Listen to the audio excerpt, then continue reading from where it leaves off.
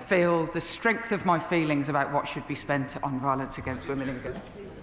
Mr Speaker, we know, and I'm certainly seeing through my casework, that coercive control can continue for years after a relationship has ended through the manipulation of child maintenance payments by perpetrators.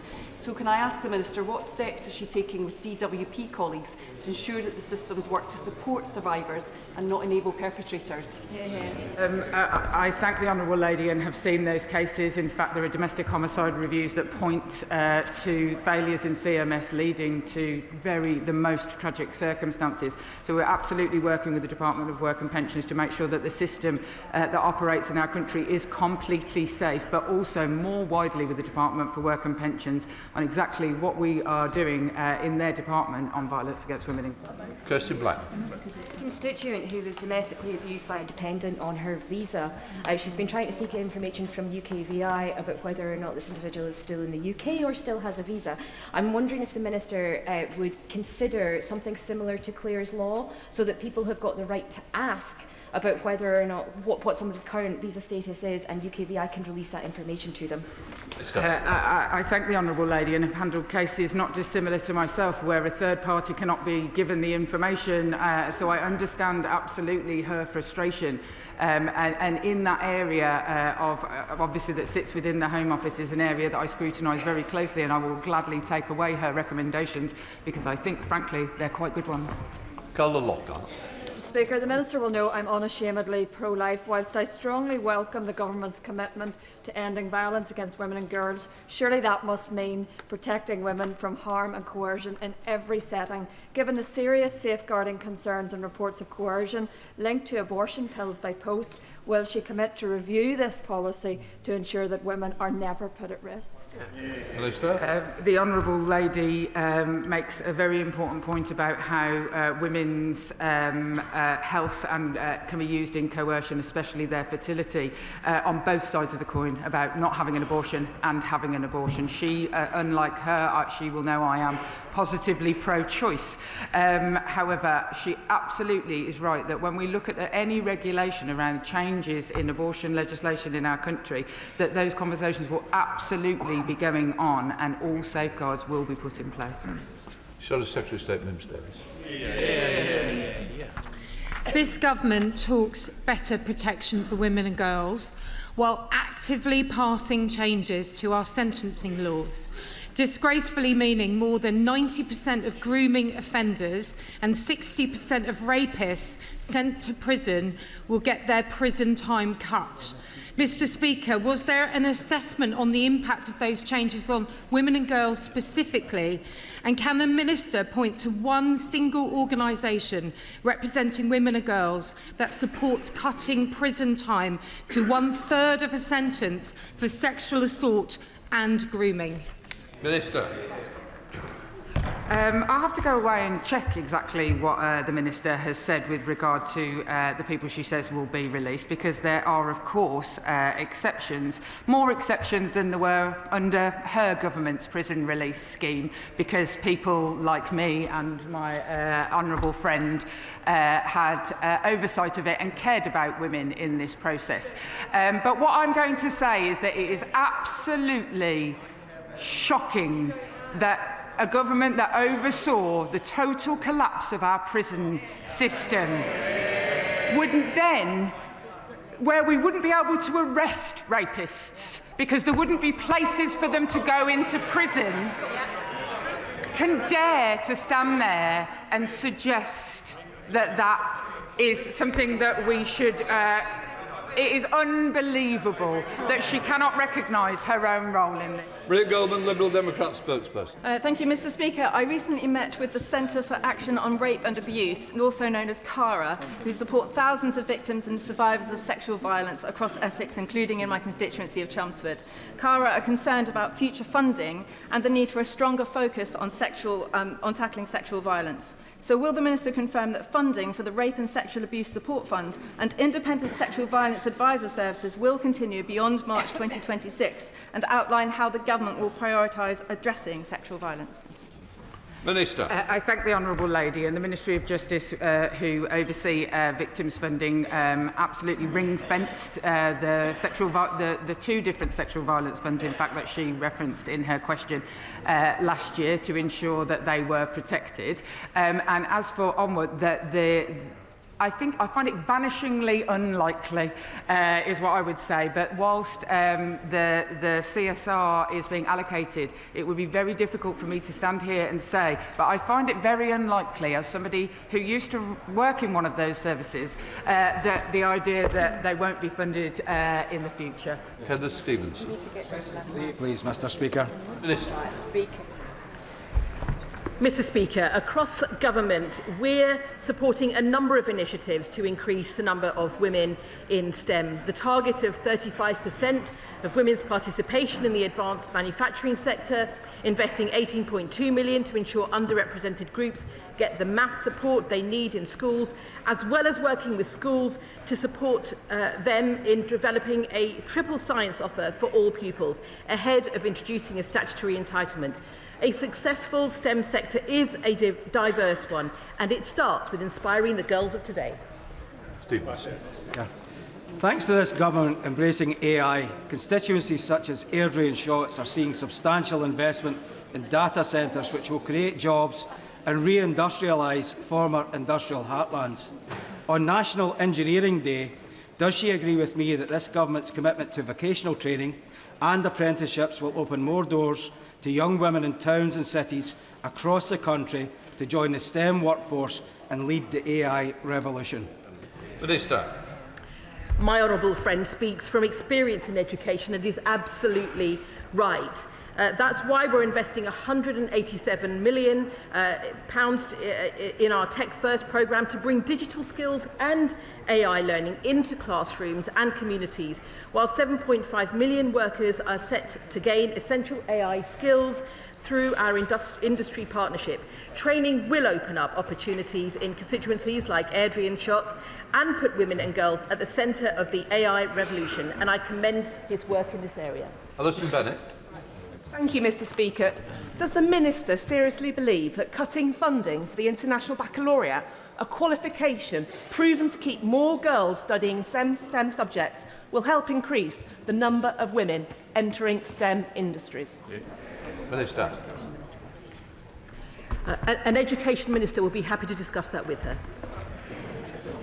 Jack Rankin. Number 4, please, sir. Minister, welcome. Thank you, Mr. Speaker. This government is determined to break down barriers to opportunity so that everyone can achieve success, and this commitment is underpinned by strong data and evidence. Jack Rankin. Thank you, Mr. Speaker. Earlier this year, the Education Secretary said that white working-class boys had been betrayed. Yet this summer, MI5, MI6 and GCHQ ran an internship scheme which was open only to people from ethnic minority backgrounds. I'm afraid, Mr. Speaker, the House of Commons runs a similar scheme in partnership with the Windsor Fellowship. What message does the Minister think it sends to our children that some doors are closed because of the colour of their skin, particularly in the context of what she said about white working-class boys? Minister. Thank you, Mr. Speaker. I have a lot of respect for the honourable gentleman as a fellow Berkshire MP, but I would just gently say to him it is right that people who serve our country in whatever form reflect the communities that they serve. These schemes are about levelling the playing field, not about creating an unfair advantage, and everybody who is given a place is done so on merit. This party, on this side of the House, we follow the evidence. He just follows the honourable member for Clapton. Foreign Session Lammy. Mr. Speaker, as we come to the end of celebrating Black History Month, I think it's vital that we continue to promote diversity in all workplaces. Does the Minister agree with me that it's fundamental for us to have DEI practices in all workforces so that we can fight equality, fairness, transparency, preventing discrimination, especially discrimination that far too many people still face in the workplace? Minister. I thank the honourable lady for her question and for her great campaigning work. I agree with her that we must do absolutely everything possible to break down all barriers to opportunity in our country. Secretary of State Claire. Thank you, Mr. Speaker.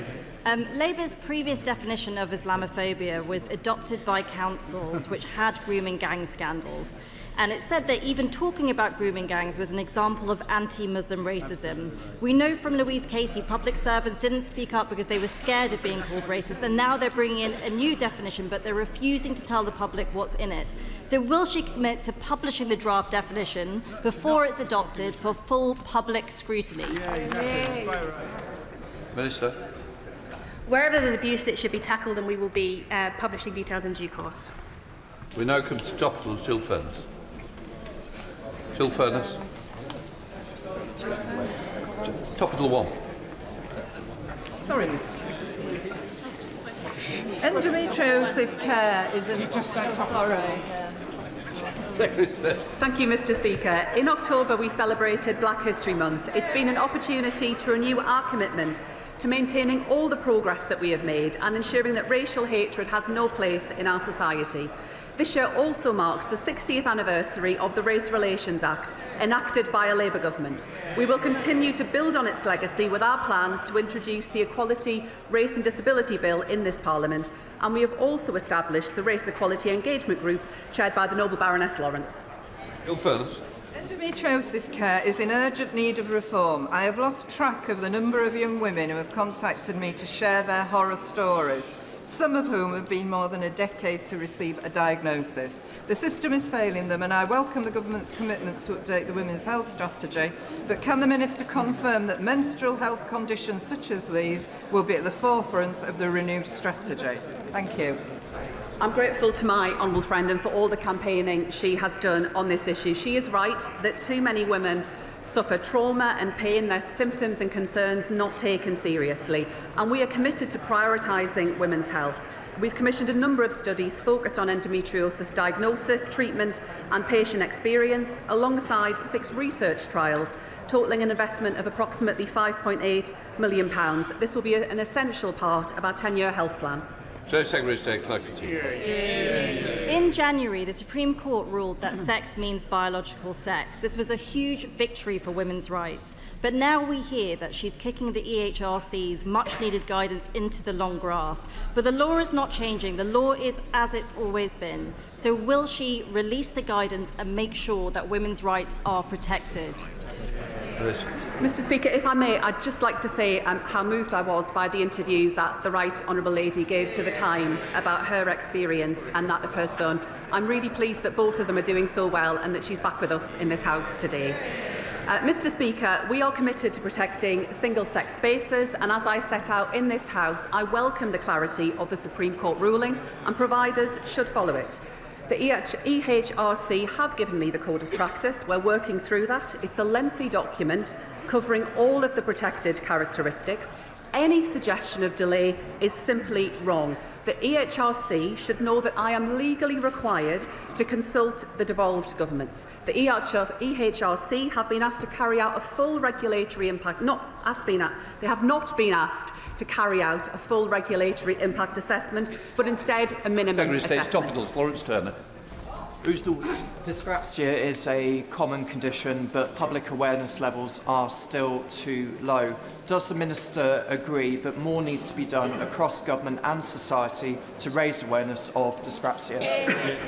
Yes, Mr. Speaker, I do. We want a more inclusive society where neurodivergent people, including those with dyspraxia, are supported to thrive. We're working across government, supporting earlier intervention in schools, including through the Partnerships for Inclusion of Neurodiversity in Schools programme, SEND reforms coming forward in the new year. But we're also, beyond education, taking a wider view of how we ensure people with conditions like dyspraxia are not held back. Due to the rural nature of West Dorset, SEND children face difficulty accessing education.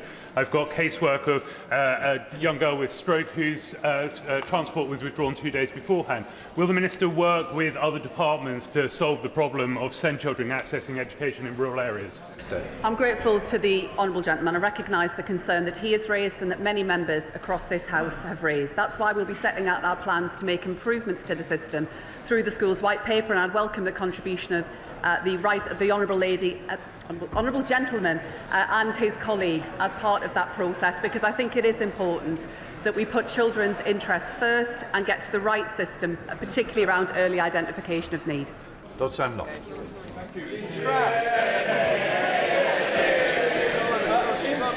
A fantastic volunteer group, the Night Angels, started by Chrissy Lowry, patrol the streets and the trains to give safety for young women. Would the Minister support this group, and also would she like to join us on a patrol donning the trademark pink fluorescent jackets? Thank you. Minister. I mean, the Secretary of State is already wearing a pink jacket. I just want to pay absolute tribute to the group in his constituency, and I know that the Victims and Violence Against Women and Girls Minister will be visiting Stroud very soon and has offered to don the pink jacket on our behalves. Alison Griffith. Thank you, Mr. Speaker. Last night I was honoured to speak at an event you kindly hosted with the RNID. I met Craig, the Chief Executive of Action Deafness, which delivers vital services across my constituency, as well as Stuart, an academic focused on the needs of deaf young people. They told me that deaf people too often navigate support from siloed health, education and welfare systems that create barriers. So what steps is the Minister taking to coordinate cross-departmental support for deaf people to prevent them from falling between the gaps? The Honourable Lady raises an important point, and I'd be more than happy to make sure that she has a meeting with the relevant Minister to discuss her concerns and to make sure that action is being taken across government to address them. Right, that completes those questions. Before we come to Prime Minister's questions, may I extend a warm welcome to the President of the Portuguese Parliament and his delegation, who are with us in the gallery today. We now come to Prime Minister's questions. Mr. Conor Rand. Mr. Speaker. Deputy Prime Minister.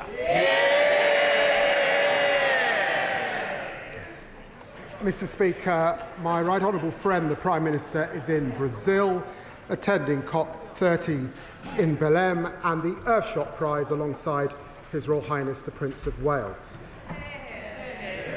Mr. Speaker, the thoughts of the whole House remain with those affected by the appalling scenes that we saw in Huntingdon and Peterborough, where I spent 7 years of my life at school.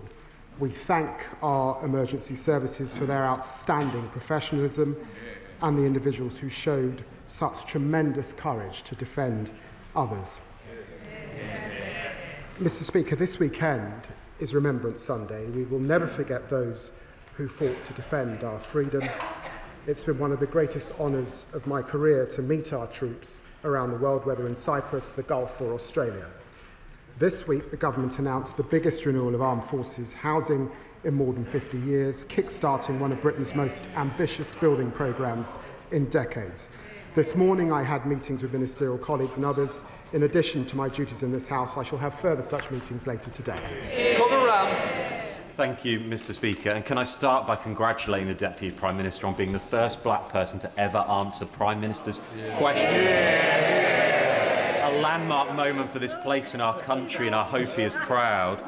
Mr. Speaker, my 8-year-old constituent Phoebe is battling cancer, and her parents are fundraising to help with treatment costs and to raise awareness of Phoebe's condition. And people across my constituency have been moved by her story and have come together to raise over £122,000. So will the Deputy Prime Minister join me in paying tribute to Phoebe's inspirational bravery? And will he celebrate the incredible generosity and community spirit of Altrincham and Sale West? Yeah. Deputy Prime Minister. Well, it's very kind of the honourable gentleman to say that, and I'm conscious that my right honourable friend, the member for Hackney North and Stoke Newington, and indeed the leader of the opposition, are both trailblazers who've stood at this dispatch box, and it's important to recognise the progress that we've been made, particularly in the wake of Black History Month. I also thank my honourable friend for raising this issue. It's heartwarming to see a community rally around someone as brave as Phoebe. So I wish Phoebe, her twin brother Eric, and her parents Lindsay and Mark the very best in their fight against cancer. Shall the Secretary of State for Defence, James Cawthon. Thank you, Mr. Speaker. And can I begin by associating myself and the opposition with the remarks by the Deputy Prime Minister about the terrible and horrific attack in Huntingdon. We wish a speedy recovery to those still in hospital and pay tribute to the brave actions of the public and the police. Now, Mr. Speaker, overnight, the father of the girl assaulted in Epping by Hadish Kabatu, the illegal immigrant, released by accident, said the government had failed them relentlessly. Now, I confess, I'm surprised the Deputy Prime Minister hasn't already apologised. So I'm going to give him an opportunity now. Will he apologise to the family concerned? Deputy Prime Minister.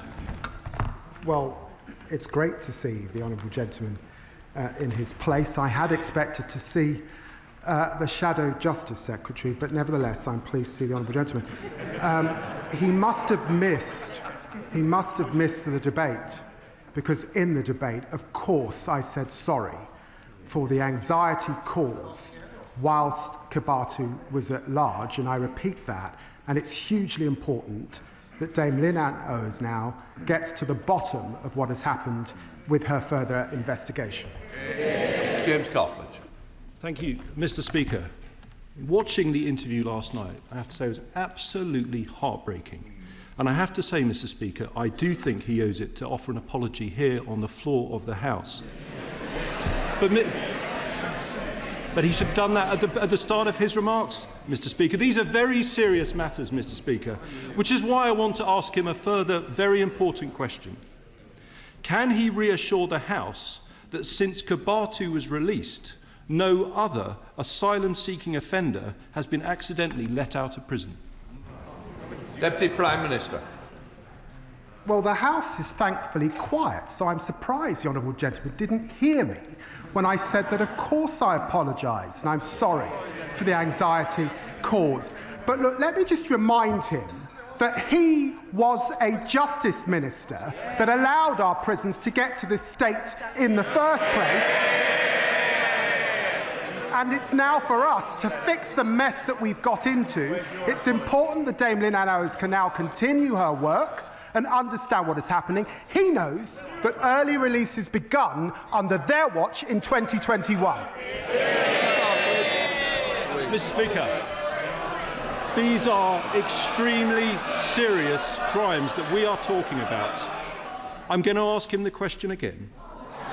Can he reassure the House that since Kabatu was released, no other asylum-seeking offender has been accidentally let out of prison? It's a very specific question for him to answer. Deputy Prime Minister. After his release, I put in place the toughest checks we've ever had in the prison system. It is important that Lynn Owens is able to get to the bottom of her work. I suspect there'll be more checks and balances we need to do. What we inherited was a complicated system that they set up, letting people out on the sly. That's part of the problem, and we're trying to fix it. James Cartledge. Mr. Speaker, he's the Justice Secretary. He's responsible for the justice system. He needs to take responsibility, and I'm asking him a straight question. And I'm going to repeat it once more for the avoidance of doubt, because he didn't answer it twice. He's here to answer questions.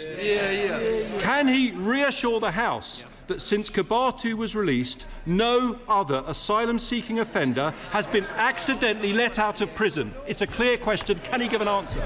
Deputy Prime Minister. Get a grip, man. I know I'm the Justice Secretary. That's why I'm at the dispatch box, also as Deputy Prime Minister. We know that. I'm not going to pray in aid.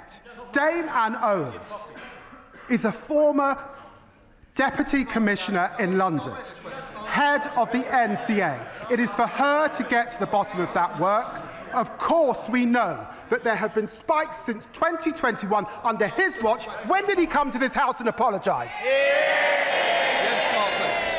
Thank you, Mr. Speaker.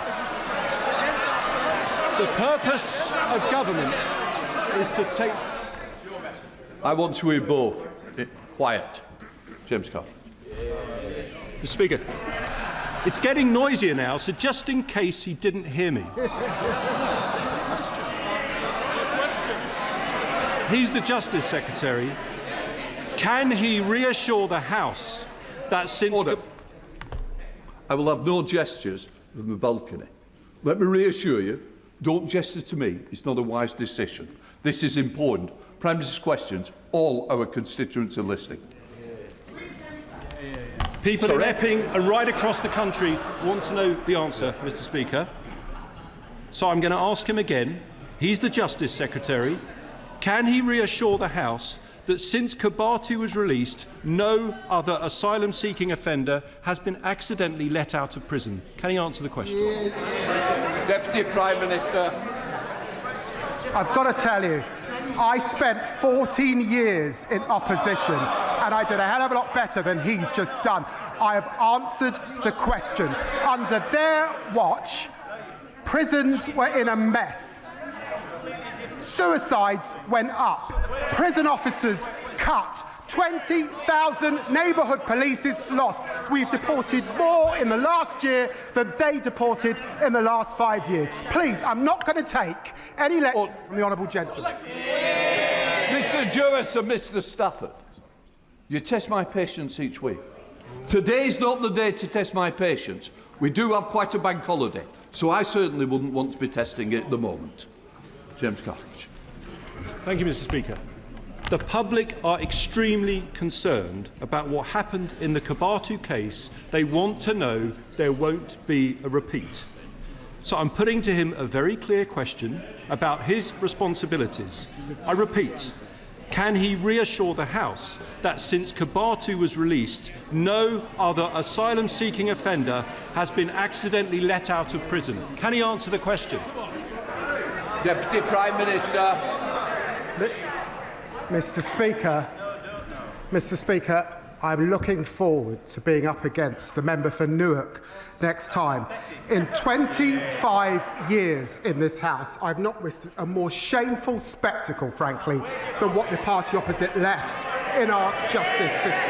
Their criminal negligence on his watch as a former Justice Minister. They left our prisons on the brink of collapse entirely, threatening to allow offenders to run wild on our streets. He knows that. Rape victims waiting years for their day in court. He knows that. Neighbourhood policing decimated, leaving our people feeling unsafe in their communities, and they haven't learned a thing. We are tackling knife crime, that's why it's falling. 13,000 more bobbies we are putting on the streets, kicking out 5,000 foreign criminal offenders. I've got to say to the honourable gentleman, he should do better. Thank you, Mr. Speaker. My constituent, Georgia Hart. More, I got it to 6. James Cartledge. Order. It is 6. All right. 6. You've had your 6. Sorry, I was correct. Jonathan Brash.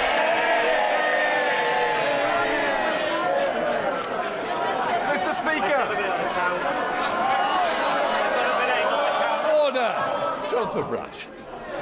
Mr. Speaker, my constituent, Georgia Hart, was just 15 years old when she was diagnosed with Friedreich's ataxia, a cruel and degenerative condition that slowly robs a person of their mobility and independence.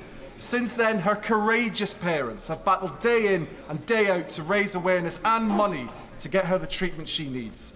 There is now a drug, omaveloxolone, which has been proven to slow the progression of the disease. Yet despite this, it's been stalled by NICE, partly because the number of patients affected is judged to be above the limit for ultra-rare conditions. Georgia and those like her are being failed not because the science isn't there, not because the treatment isn't there, but because simply the numbers do not add up. Does the Deputy Prime Minister agree we cannot allow bureaucracy to stand in the way of life-changing treatment? And will he commit to ensuring that I, along with Ataxia UK, can meet the relevant minister at the earliest opportunity so that Georgia and her families do not lose more precious time? Deputy Prime Minister. Well, Mr. Speaker, like the honourable member for Braintree, it doesn't seem that the spokesman can count, let alone stand up on behalf of the public. But can I thank my honourable friend? Our NHS has a strong record in delivering new medicines for rare diseases, and that evaluation process is rightly led by NICE.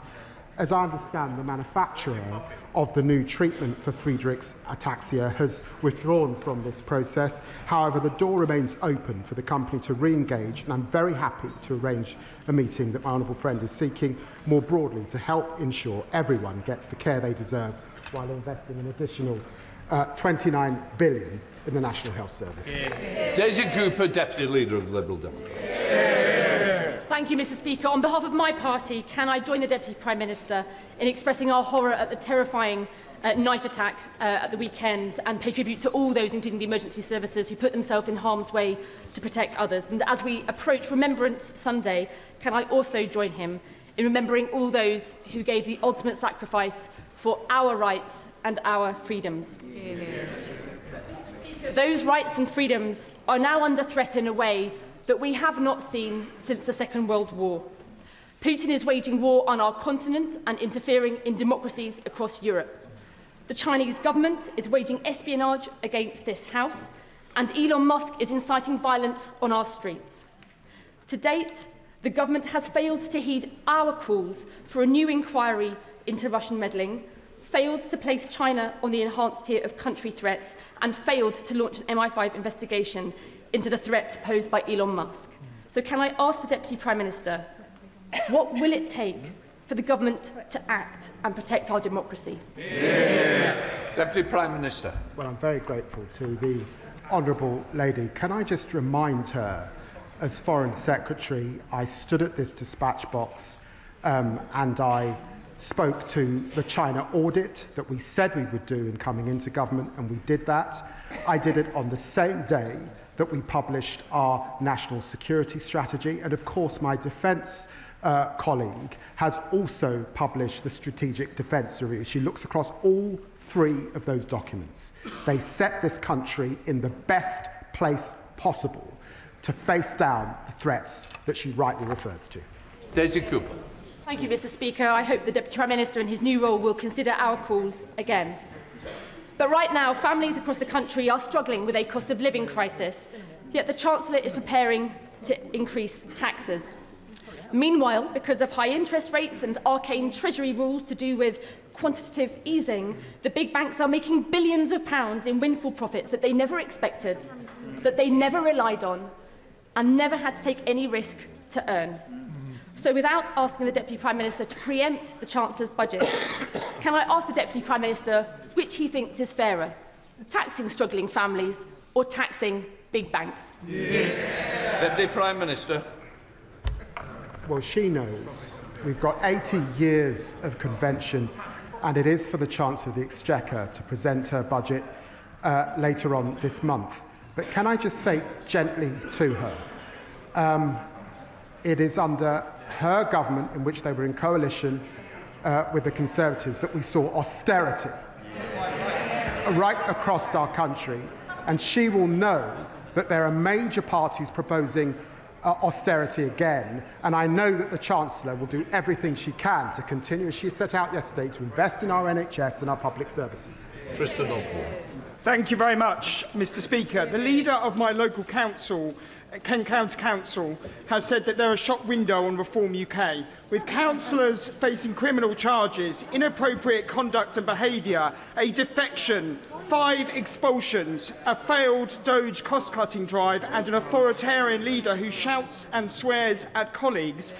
Does the Deputy Prime Minister agree with me that the people of Kent deserve so much better?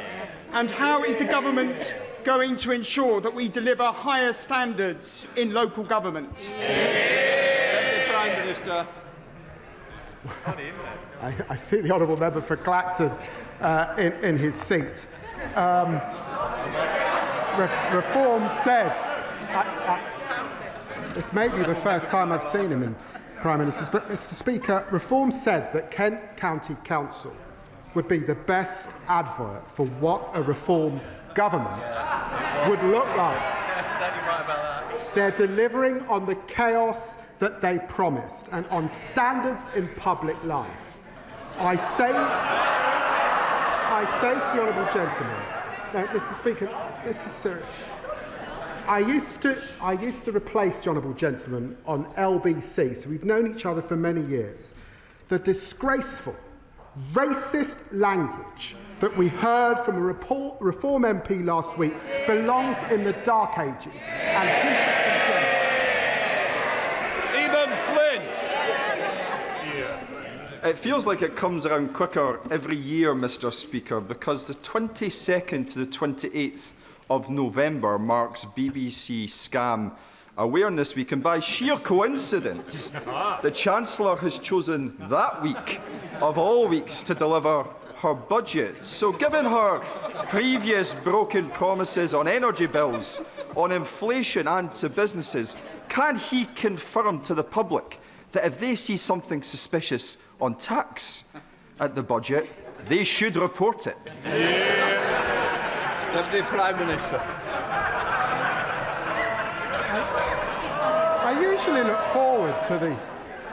forward to the bombast that the honourable gentleman brings to the chamber, but as usual, the SNP will say anything to distract from their appalling record. In the week where Scotland's Health Secretary had to apologise for the state of the health service on their watch, he could have mentioned that in his question. We will see what is in the budget later on this month. Charlotte Little. Thank you, Mr. Speaker. I know the thoughts of the whole House will be with everyone affected by the Huntingdon attack, and we should praise the actions of the train's driver, Andrew Johnson, and the heroic guard, Sammy Zatuni. In my mind, a worthy candidate for consideration for the George Cross, as we wish him well in his continued recovery. Andrew Johnson told ITV News he was, quote, just doing his job. Will the Deputy Prime Minister take this opportunity from the dispatch box to recognise the importance of our railway crews, drivers and station staff, and the vital role they play in keeping us all safe, from averting suicides on the rail network to dealing with antisocial behaviour and emergencies like we've seen this week? Deputy Prime Minister. Well, I'm very grateful to my honourable friend. The actions of the driver, Andrew Johnson, and the train staff member, Sammy Zatuni, were nothing less than heroic. And I'm sure that the whole House would agree that some form of recognition is absolutely deserved. Our country is defined by these people working on the front line, caring for and supporting the public every single day. I'm proud to be part of a government that's fighting for them, increasing their pay, tackling the cost of living crisis and fixing the public services that we rely on. Bob Blackman. Thank you, Mr. Speaker. And on Sunday and on Tuesday, we will honour those that made the ultimate sacrifice from not only this country, but across the Commonwealth. Which is why I wear not only the poppy, but the marigold to honour the Commonwealth troops that gave their lives. But next Sunday, the week on Sunday, will be the parade at the Cenotaph by the Association of Jewish Ex-Servicemen and Women, where Jewish people will come together. Veterans, men, women and children will parade with the medals that their forefathers won during World War II and the Great War and other conflicts. So it will be particularly apposite to this year, with anti-Semitism on the rise, that a senior cabinet minister comes to that parade and lays a wreath on behalf of this House and the whole country to remember the Jewish people that gave their lives for this country so we could all be free. Deputy Prime Minister. I'm very grateful to the honourable member for his question.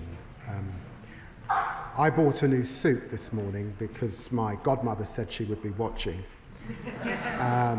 But his question brings to mind the West Indies Regiment and their contribution in 2 world wars. And I'm very grateful to the honourable member for Sunderland South for ensuring that despite wearing a new suit, I've managed to put my poppy on. We wear the poppy to remember all those who fought and died for this country. They represented every walk of life, every race and every religion. My ministerial colleague, the Noble Lord Coker, will be proud to lay a wreath at the annual remembrance event at the Cenotaph to mark our enduring gratitude to generations of Jewish service personnel and veterans. And I'd like to thank Ajax for organising the event and for all they do throughout the year to keep alive the memory of Jewish people, many of whom are in my constituency, their descendants in my constituency in Stamford Hill, who gave their lives for this country. Joseph. Mr. Speaker, I'm regularly contacted by leaseholders and residential freeholders from across Ashford, Hawkinge and villages who raise concerns about rising property management fees, poor service and lack of transparency over what they are being charged for.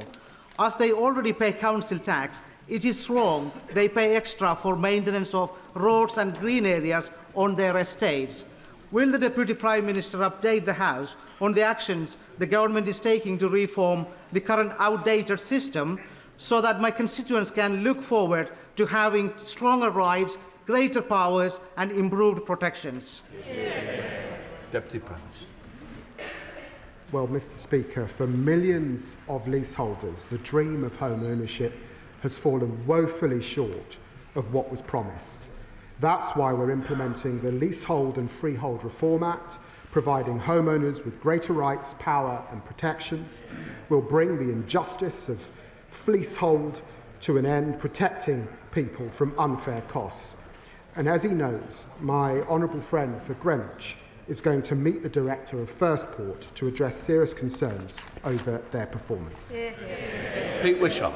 Thank you very much, Mr. Speaker. On Monday at the dispatch box, the Defence Secretary said the Scottish Government were a threat to national security, a charge repeated this morning by the Scottish Secretary. What he, in effect, was saying is that a democratically elected government, elected by 1.3 million Scots, possess a threat to this country. I don't know if it's something the Deputy Prime Minister will repeat at the dispatch box today, but can he tell me why democratic Scotland is a threat to national security and China is not? Deputy Prime Minister. I took a DNA test a few years ago. I'm 5% Scot. The people of Scotland are not a threat. They're not a threat to national security. It's the SNP. And they decide to get rid of nuclear deterrent that's a threat to national security. You should hide his head in shame. Thank you, Mr. Speaker. It is at this time of year that many of us think of those who have served their country and continue to do so. Those like my granddad who served in World War II and brought up my dad and my uncles in forces accommodation. Those like my nephew currently serving who sends me videos of accommodation riddled with black mould. So would the Deputy Speaker, the Deputy Prime Minister welcome with me the new Defence Housing Strategy announced this week, which will guarantee the end of the scandal of unfit forces accommodation? And will he guarantee to my residents in Stafford, Eccleshall and the villages, the 500 plus military families, that they will finally have accommodation fit for them? Prime Minister. Well, can I pay tribute to my honourable friend for championing our armed forces who make extraordinary sacrifices to keep our country safe. We are renewing our country, and that includes renewing our contract with those who commit the ultimate sacrifice. 4,000 military homes, that's 9 out of every 10, are going to be upgraded thanks to the $9 billion that we are investing, and of course that will include her constituency, homes fit for heroes, delivered by a Labour government. Thank you, Mr. Speaker. And can I echo the words of the member for Harrow East of how proud I am to wear the marigold alongside my poppy. Last year, Sadiq Khan was elected London Mayor with a promise to keep a police station front counter open in all 32 London boroughs 24 hours a day. Labour have just broken that promise to Londoners, as only 2 will remain. This year, the Met Police has 1,419 fewer police officers and staff, fewer people working hard to keep Londoners and our visitors safe.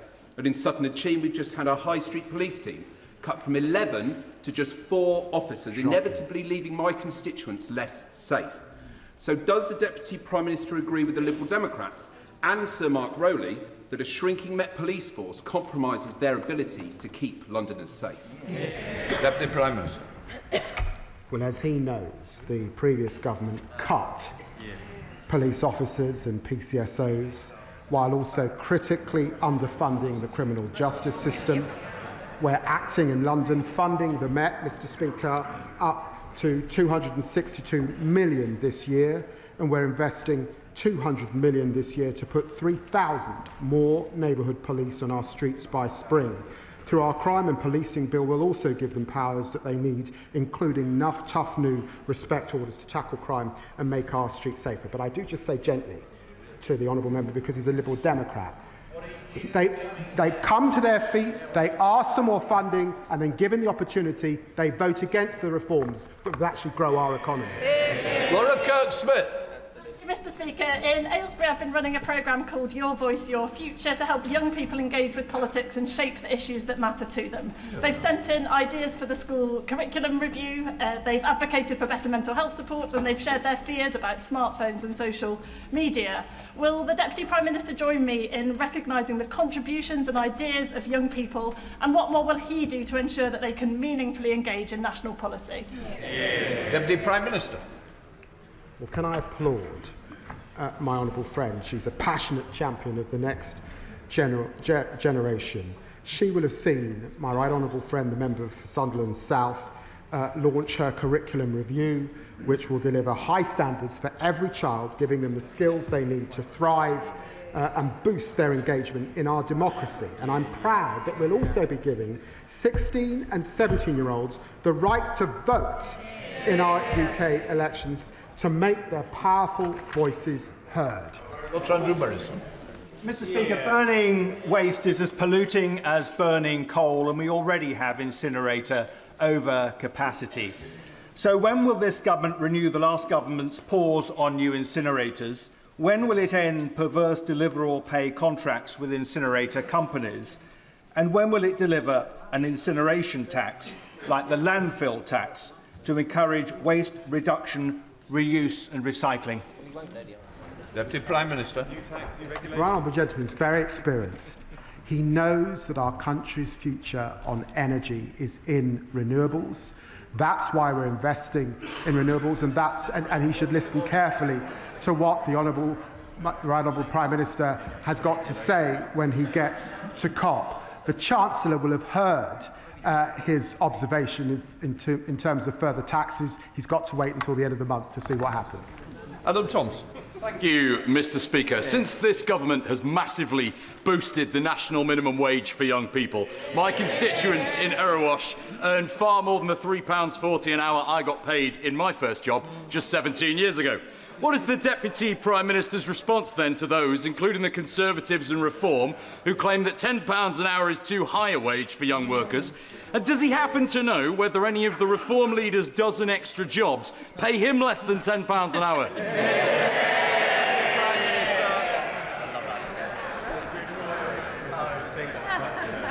Well, I was looking at the honourable member for Clacton's member's interests, and he's making quite a lot out of gold bullion. You've got to ask, why does he want to cut the minimum wage for people who are not making even 1% of what he is? The Labour Party's on the side of young people, boosting their wages and delivering the youth guarantee to help everyone realise their potential. And I hope young people recognise what the two other parties want on their record. Thank you, Mr. Speaker. People across the country are fed up of extensive and needless delays caused by road, rail and utility works happening at the same time, a failure to coordinate.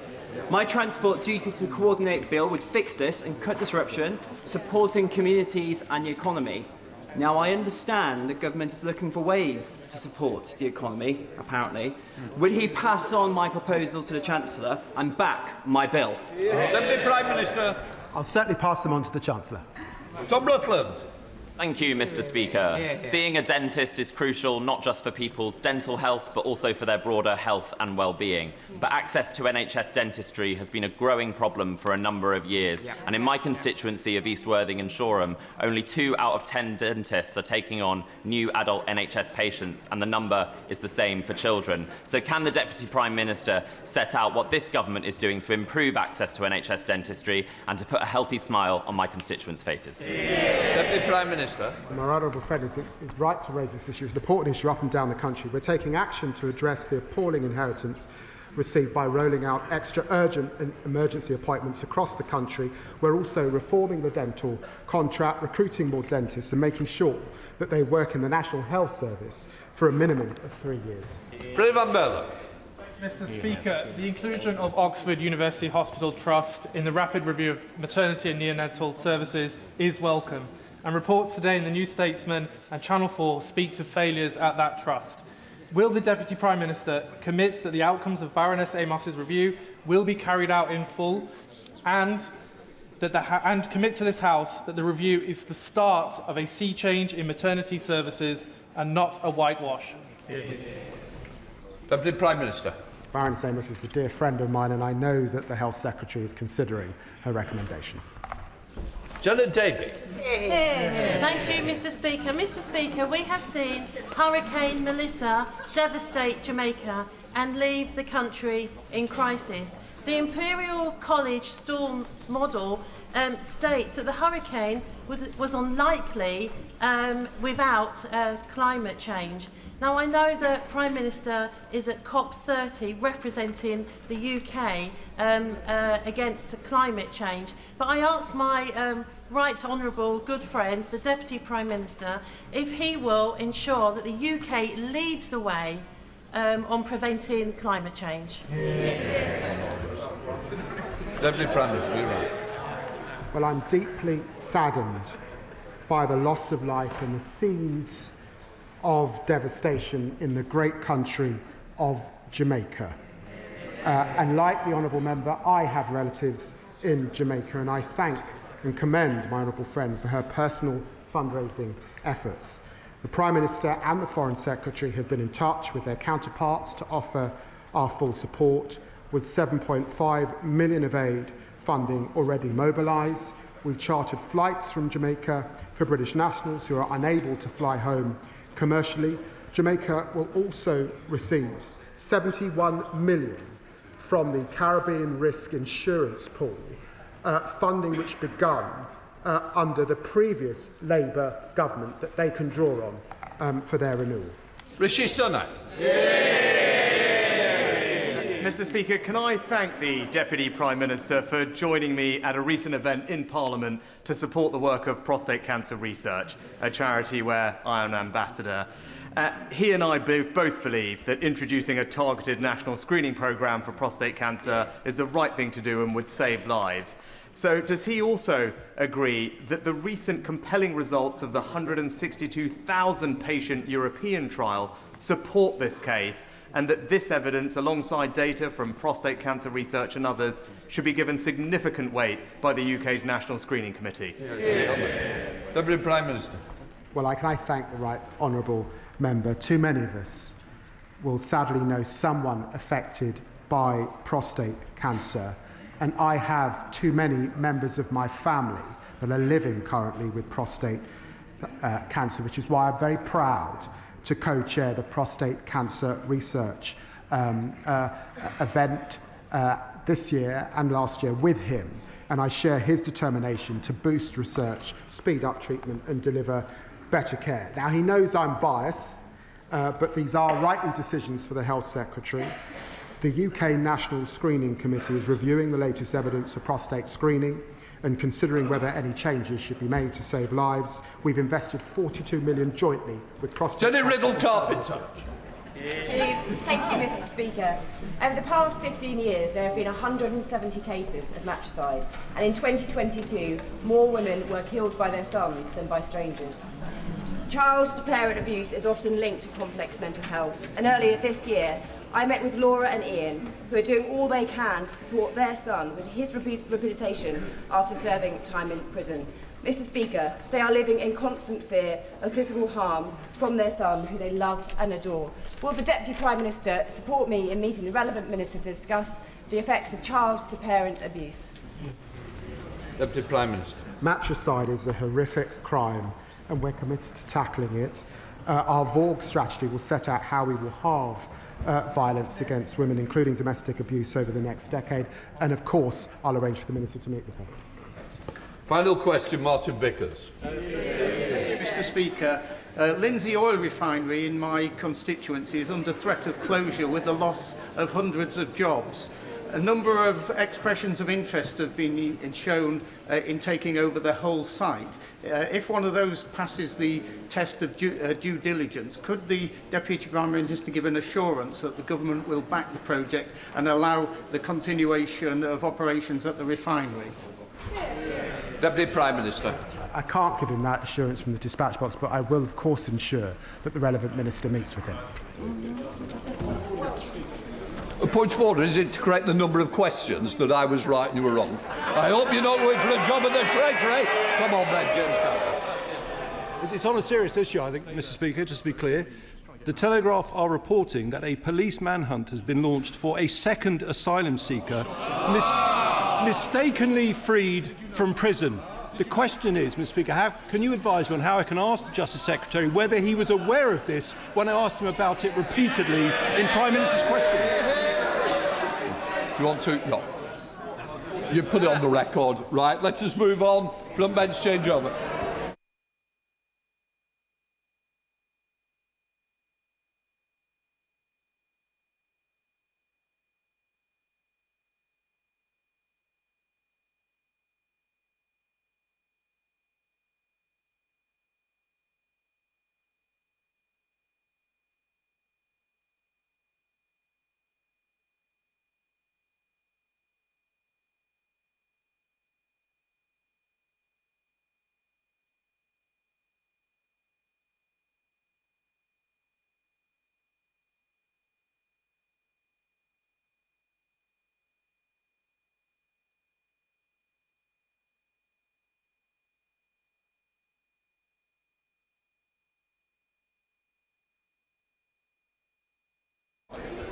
We now come to the urgent question. Dame Priti Patel. Speaker, to ask the Secretary of State for Foreign Affairs if she'll make a statement on the government's approach to the worsening conflict in Sudan. Minister. Mr. Speaker, I'm sure the whole House will join me in condemning the shocking violence against civilians in El Fasher. The latest reports, including 460 civilians being killed in a single attack, are harrowing. This is part of a pattern of appalling violence perpetrated against civilians. And it is just one element of the suffering driven by the war in Sudan, a conflict that has now created the worst humanitarian crisis on record. Over 30 million people need aid, and 12 million people have been displaced. Famine is spreading, and cholera is also now widespread, with life-saving assistance continuing to be blocked by the parties. As the Foreign Secretary said at the Manama Dialogue over the last weekend, no amount of aid can resolve a crisis of this magnitude until the guns fall silent. The world must do more. The UK is using all tools at our disposal to protect civilians, to get humanitarian aid to those in most need, and to secure a lasting ceasefire in Sudan. A year ago, the UK, along with Sierra Leone, brought a resolution to the UN Security Council. This would have brought forward concrete measures to protect civilians if it were not so cynically vetoed by Russia. 6 months ago, we brought international partners to London to host the London Sudan Conference to build consensus around strengthening humanitarian access and ending the war. On the 30th of October, we called an emergency UN Security Council session condemning the assault on El Fasher by the RSF and its devastating impact on the civilian population. We led a press statement to maintain the spotlight on the situation and pressure on the RSF to de-escalate in line with UN Security Council Resolution 2736. On Saturday, the Foreign Secretary announced a further £5 million in aid in response to the situation in El Fasher, which will provide life-saving food and health assistance, as well as support to survivors of sexual violence. This is on top of the £23 million we've already mobilised from existing budgets through partners such as the ICRC and the Sudan Humanitarian Fund. We're providing £120 million this year to the crisis in Sudan, and both the Prime Minister and the Foreign Secretary have been clear that this funding is protected. We will keep working at every level to bring this horrific conflict to an end. Foreign Secretary, Dame Pritchard. Mr. Speaker, for granting this urgent question. The atrocities of recent days, including in Al Fasher, are beyond horrifying. The suffering inflicted on the Sudanese people by this war is an affront to humanity. Red lines have been crossed in the prosecution of this conflict that cannot be allowed to stand, especially by the UK as the penholder on Sudan at the UN Security Council. Britain needs to use its influence to coordinate a robust and stronger international action to tighten the screws on the warring parties, press them into a ceasefire and end this barbaric conflict. The government must go further and upgrade our support for those documenting evidence of these heinous crimes. So can the Minister confirm that that will happen? Will the Minister introduce more hard-hitting sanctions on the key operators and take concerted action to deter entities, individuals and businesses whose support continues to sustain this awful conflict? Are actions of this nature being coordinated with international partners? And what progress has been made to build up organic civilian political groups so that Sudan can move back to a civilian government after the ceasefire? It is essential that we have a credible day-after plan as soon as possible. On the dire humanitarian crisis, are the changing territorial positions of the warring parties having an impact on the ability to deliver aid? And if so, what is the plan to counter this? We note the announcement earlier this month, I think last week in Bahrain, of the £5 million being provided for emergency aid support for the survivors of sexual violence in Al Fasher. The whole House will recognise the importance of getting aid to them. So what can the Minister say about the delivery of this urgently needed aid, and how is that happening? What discussions has the UK government had with the Sudan Quad in recent days? And how does the Minister define the UK's relationship with the Quad now and moving forward? Can the Minister also share his latest assessment of the region's wider ability to manage the fallout from this terrible conflict, and whether the government has carried out an assessment of what different outcomes from this conflict would mean for the security of the Red Sea? Mr. Speaker, those carrying out the atrocities in Sudan need to know that the whole world is watching them, they can see what they are doing, and that there will be consequences. Minister. I thank the Right Honourable Lady for that important set of questions. On questions of accountability, we continue to lead the core group in Geneva. We are supporting the fact-finding mechanism of the United Nations. It is absolutely vital that work on accountability and justice continues. Those at the top of both the RSF and the Sudanese armed forces are responsible for the conduct of their forces, and they must be held accountable for the conduct of their forces. She is right, too, to raise questions about humanitarian aid. I can confirm, I'm afraid, that the shifting of the front lines is affecting aid delivery, and clearly aid is not reaching Al Fasher in the volumes that are required.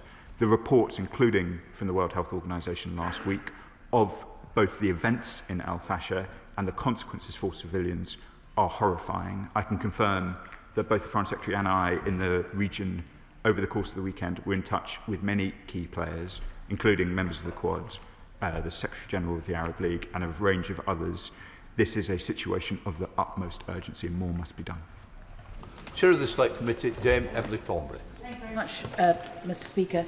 The UN as penholder for Sudan at the Security Council has already played an important role in terms of calling an urgent Security Council meeting this week. But what the Honourable Gentleman says about Russia chimes with the experience that we had as a Select Committee when we visited New York, where we were told that it was suggested to us that the UK has held back from raising Sudan at the Security Council because of knowing that Russia was likely to veto it. So beyond direct aid funding, which I know is a priority for the Prime Minister, what can the United Kingdom do to focus the minds of the international community of the unfolding tragedy in Sudan, which has gone overlooked for far too long? Minister. I thank my right honourable friend for the question, and I know she's experienced in these issues. We continue. Questions of aid are absolutely vital, but as the Foreign Secretary has said over the weekend, simply aid is not enough in a conflict of this magnitude. We are working with all parties to try and ensure that there is a change in behaviour from the two conflict parties. They are taking steps which are not only inflicting horrific hardship and violence upon civilians of North Darfur and wider Sudan, but also restricting that vital flow of aid, which is so important. We will continue to work with a range of international partners, including the members of the Quad, in order to try and bring this conflict to a close. The Quad's statement of the 12th of September is important. All external parties providing support to either side in the conflict must stop.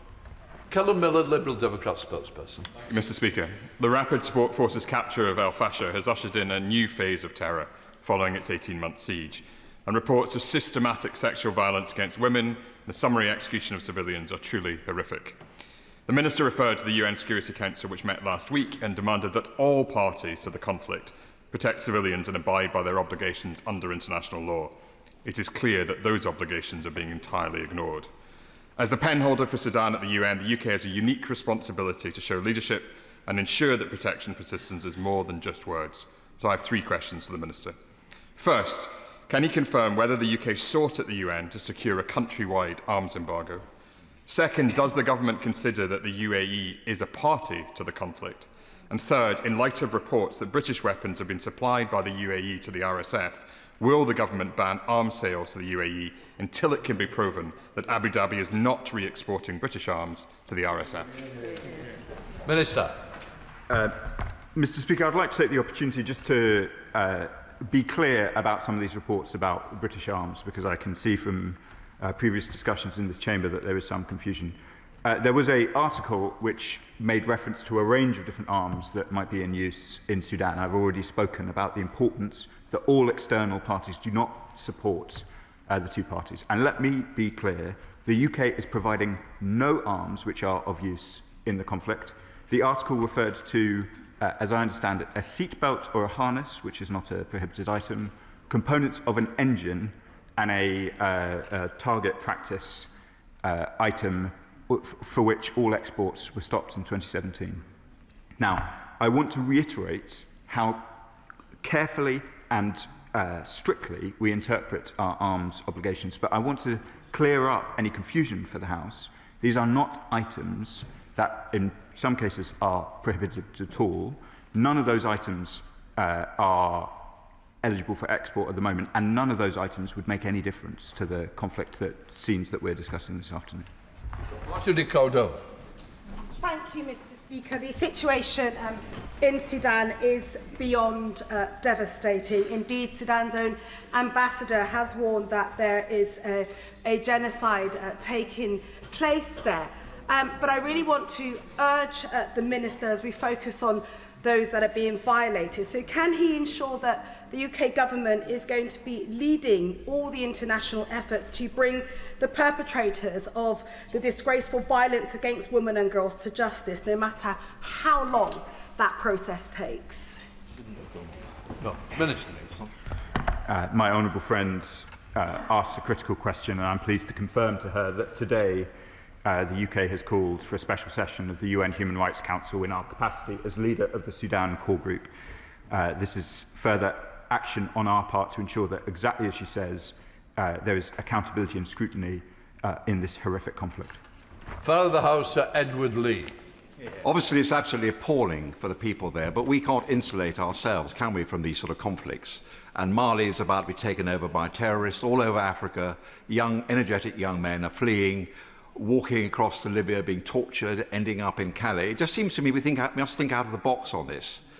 We shouldn't be washing our hands of that. I'm with my right honourable friend. Why are we cutting overseas aid at this precise moment when the whole of Africa is in absolute turmoil? We're not an island. They're coming here. It'd be much better, actually, if we arrested and deported these young men, sent them back with some help, not just deport them, not just lock them up, send them help and help rebuild Sudan, Eritrea, Somalia.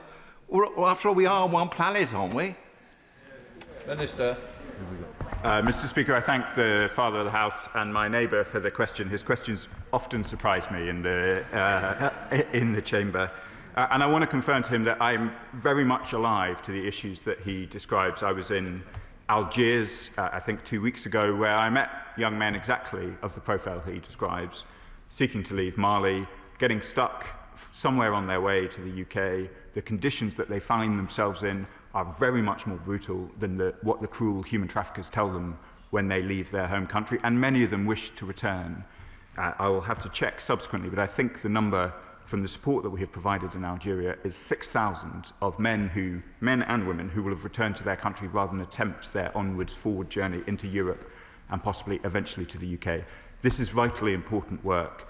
In our efforts to smash the gangs and stop the boats, we must look, as he says, right back to the places of origin, which includes some of the places we're talking about today. James Nish. Thank you, Mr. Speaker. At present, it's estimated that 11.7 million civilians have been forcibly displaced, of which 840,000 are currently in Chad, which of course has its own issues. I wondered if the Minister could update us on what support is being provided to Chad and neighbouring countries who are currently housing refugees from Sudan. Mr. Speaker, we have a programme of supporting refugees displaced in the region. As my honourable friend rightly says, there are a range of challenges for Sudan's neighbours, and the burden of refugee support falls particularly heavily, often on places with the fewest resources of their own. I'm very happy to write to him with some of the specific details about Chad, but after serving 2 years in Juba during the time of the Right Honourable Gentleman as the Secretary of State for DFID, I know what a significant impact it can have. Conflict in the region does indeed displace large numbers of people, with huge pressures on the public services elsewhere. Thank you, Mr. Speaker, for granting this urgent question today and underlining the importance of this matter by allowing further discussion on Sudan in the House. The Minister is doing a very good job, but the whole House needs top-level Prime Ministerial involvement in this, in the same way that Sir Tony Blair and my noble friend Lord Cameron were involved when they were Prime Minister, because what we are witnessing is wholesale slaughter. It's not today about money and humanitarian aid. It's about impunity, that these murderous thugs are bragging online about their part in the ethnic cleansing which is taking place. We need to keep very strong records to hold as many of these people as we can to account. And we need more action at the UN where Britain holds the pen. We need to demand access for an African Union UN delegation to go to El Fasher and to meet with the leaders of the RSF. And we need to prepare international sanctions to be visited on all their leaders. Minister.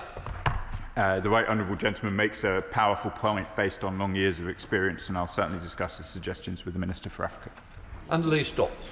Thank you, Mr. Speaker.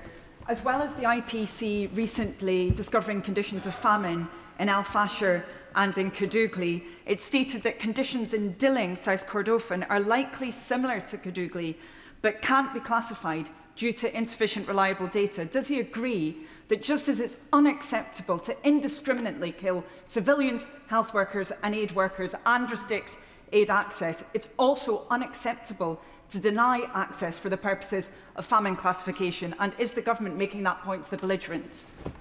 Minister. It's a very important point, and it is absolutely vital that IPC has the access it requires in order to make its classifications. I note with alarm and dismay how often this House is relying upon IPC classifications, not just in Sudan, but of course in Gaza as well, and it is vital that they can do their work properly so their classifications, which are the world standard, can be relied upon. Ray Matthews. Thank you, Mr. Speaker.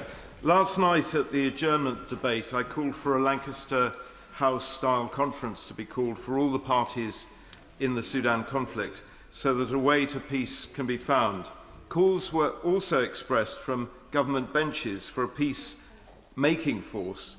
Due to the urgency of the situation, can the Minister please see to it that both these suggestions are investigated and discussions opened with our partners in the region, including Nigeria, so that these can be enacted? Thank you. Minister. Mr. Speaker, I take note of the Honourable Gentleman's suggestions. I'm sure he'll be aware that 6 months ago we did host, I think it was in Lancaster House, a conference for the whole world in order to try and make progress on this question. We did so mostly privately, given the sensitivities for all involved. We will continue to do all that we can diplomatically, both publicly in the UN, behind closed doors, as part of a concerted effort to try and bring this violence to an end. David Turner. Thank you, Mr. Speaker. I want to associate myself with the comments, the remarks from the Honourable Member for Rugby yesterday, who noted that in previous conflicts in the world there had been concerted efforts to bring in some form of UN peacekeeping force. I note that this is not something, unfortunately, in today's world that seems to be very popular, and I forgive the Minister if he thinks this is a naive question, but what efforts, in addition to the humanitarian aid that we're giving, the diplomacy we're doing, can we do to actually stop civilians being killed right now by looking at any form of peacekeeping force, whether it be UN or African Union or whatever might, a coalition of the willing, to stop the civilians being killed right now? Minister. Mr. Speaker, my honourable friend asks the right set of questions. Of course, the first priority must be a ceasefire. There has been, as I know my honourable friend knows, peacekeeping forces in Darfur before, and they have faced very considerable difficulties in exercising their mandate when the conflict parties are not themselves prepared to take that vital first step, which is a ceasefire. Thank you, Mr. Speaker. I've asked it before and I'll ask the Minister again. When is the government going to publish its Africa strategy, North Africa and Sub-Saharan Africa? Because I fear there'll be other events like this, other conflicts like this. And as the UK, the US and the French have divested politically, economically, diplomatically, and in terms of provision of aid, we've seen others fill the vacuum, such as China and Russia and proxies and terrorist groups, etc.